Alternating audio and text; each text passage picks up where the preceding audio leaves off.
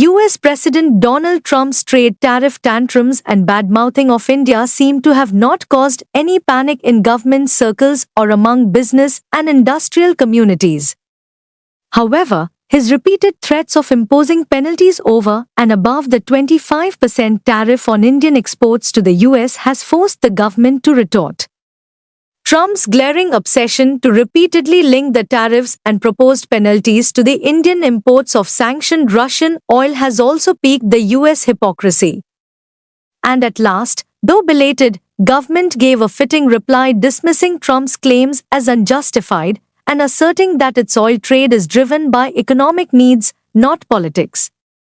At the BIMSTEC Music Festival, External Affairs Minister S. Jaishankar emphasized the need for a fair, multipolar global order, not one led by a few powers. Friends, we live in complicated and uncertain times.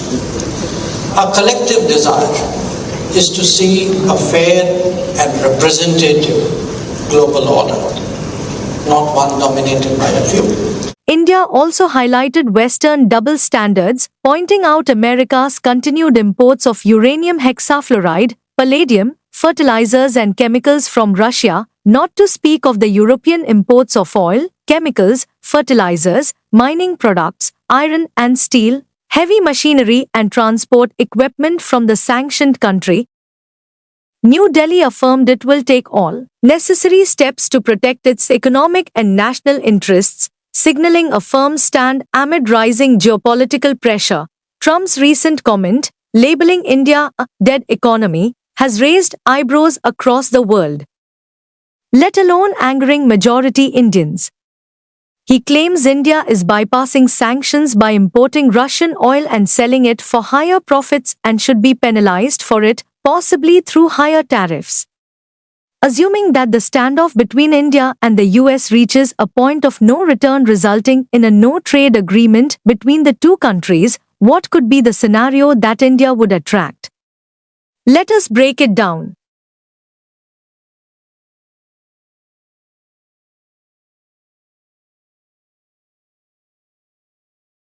India has been preparing for scenarios like this.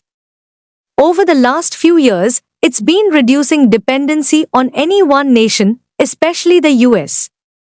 Exports to Asian countries, Africa, and the Middle East have seen steady growth. India has signed trade agreements with Australia, the UAE, and UK, besides negotiating a deal with the EU. This diversification makes India's trade network more resilient and less vulnerable to American pressure. India's strongest export sectors, software, IT services, and pharmaceuticals are in global demand. Big tech companies and healthcare giants still rely on Indian talent and products. The government's production-linked incentive schemes are boosting domestic manufacturing, from smartphones to solar panels, aiming to make India a global factory hub. On top of that, government is also planning to launch a 20,000 crore rupees export promotion mission to support its exporters in the backdrop of impending US tariffs. India's decision to buy discounted oil from Russia isn't just politics, it's economics. The savings help cushion domestic inflation and reduce import bills. At the same time, India has been expanding energy deals with countries like the UAE and Saudi Arabia.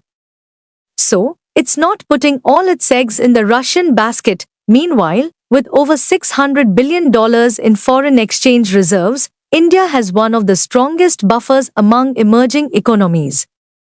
That means it can absorb trade shocks without much turbulence. The global order is changing, and India is playing a smart, strategic game. It's no longer just reacting to threats, but proactively shaping its trade future. Whether Trump makes a deal with India or not, India's direction is clear: diversification, self-reliance, and strategic autonomy. Like and share if you believe in India's economic resilience, and don't forget to subscribe for more deep dive global stories.